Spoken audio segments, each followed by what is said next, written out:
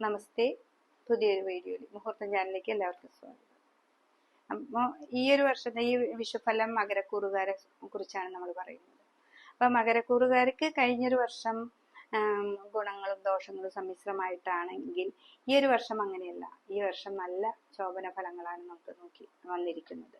അപ്പൊ എന്തൊരു ജോലിയിലും നല്ല പുരോഗതിയിലേക്കാണ് മകരക്കൂറുകാർ വരുന്നത്. മകരക്കൂറിലെ ഉത്രാടത്തിന്റെ മുക്കാലും തിരുവോണവും അവിട്ടത്തിന്റെ കാൽഭാഗവും അതുകൂടിയതാണ് ഈ മകരക്കൂറ് എന്ന് പറയുന്നത്.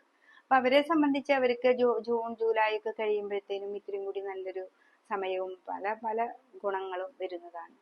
പക്ഷെ അവിടെ നിവർത്തി സ്ഥാനത്ത് വ്യാഴം വരികയാണ്.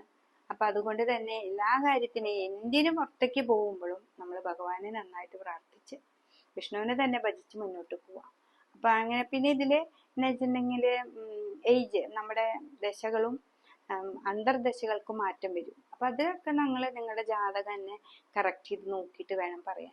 ഇത് നമ്മൾ ഈ ഒരു വിഷുഫലമാണ് നമ്മൾ പറയുന്നത്, ഈ ഒരു വർഷത്തെ ഉണ്ടാവുന്ന ഒരു ഫലം. അപ്പൊ ഈ ഒരു വർഷം ഏറ്റവും നല്ലൊരു ഫലമാണ്. 3-ല് ശനീശ്വരൻ നിൽക്കുന്നു. എന്ത് കാര്യത്തിനും നമുക്ക് പോകാനുള്ള ഒരു ധൈര്യം തന്റെ ഇടമൊക്കെ വരുന്നുണ്ട്.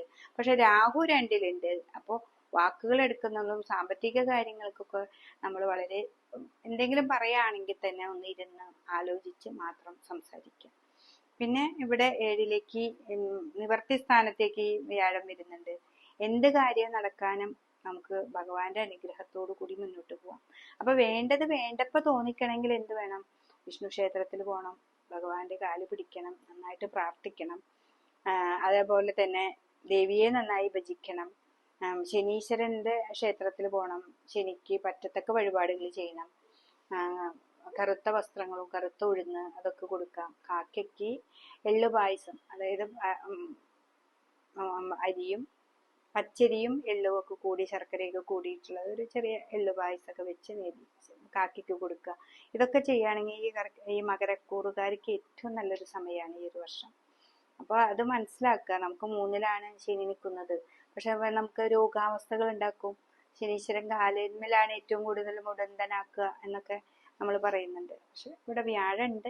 ശനിയുടെ ചെറിയ ചെറിയ രോഗങ്ങളോ ചെറിയ ഞരമ്പ് സംബന്ധമായ രോഗങ്ങളൊക്കെ ഉണ്ടെന്ന് മനസ്സിലാക്കിയാലും കർമ്മത്തിൽ വളരെ ശ്രദ്ധിച്ച് നമുക്ക് മുന്നോട്ട് പോവാൻ. 3-ൽ ശനി നിൽക്കുമ്പോൾ മുടി വെച്ച് വാഴുമെന്ന് പറയും. അപ്പൊ മേട സംക്രമ രാശിയില് നമുക്ക് വിഷുഫലത്തില് ഈ മകരരാശിക്കാർക്ക് ഏറ്റവും നല്ല സമയമാണ്. അത് മനസ്സിലാക്കുക. ശിവക്ഷേത്രത്തിൽ പോവാം. ശിവന് പിൻവിളക്ക്, മുൻവിളക്ക്, ധാര, കുവളത്തിന്റെ മാല കൊണ്ട് അർച്ചന കൊടുക്കുക. വിഷ്ണു ക്ഷേത്രത്തിൽ 7-ൽ വരും ഒക്കെ ചെയ്യുമല്ലോ. 7-ലൊക്കെ വരുമ്പോ ഏറ്റവും നന്നായിട്ട് ഭഗവാനെ നന്നായിട്ട് പ്രാർത്ഥിക്കാം. ഭഗവാനെ പറ്റത്തക്ക വഴിപാടുകൾ ചെയ്യാം. വീട്ടില് നമുക്കിപ്പോ ക്ഷേത്രത്തിൽ പോവാൻ എല്ലാവർക്കും പറ്റുന്നില്ലെങ്കിൽ അവര് വീട്ടിൽ തന്നെ അഷ്ടോത്തരവോ സഹസ്രനാമമോ എന്താണെന്ന് ജപിച്ച് അത് കൃത്യമായ നിഷ്ഠയോടുകൂടി ചെയ്യാം.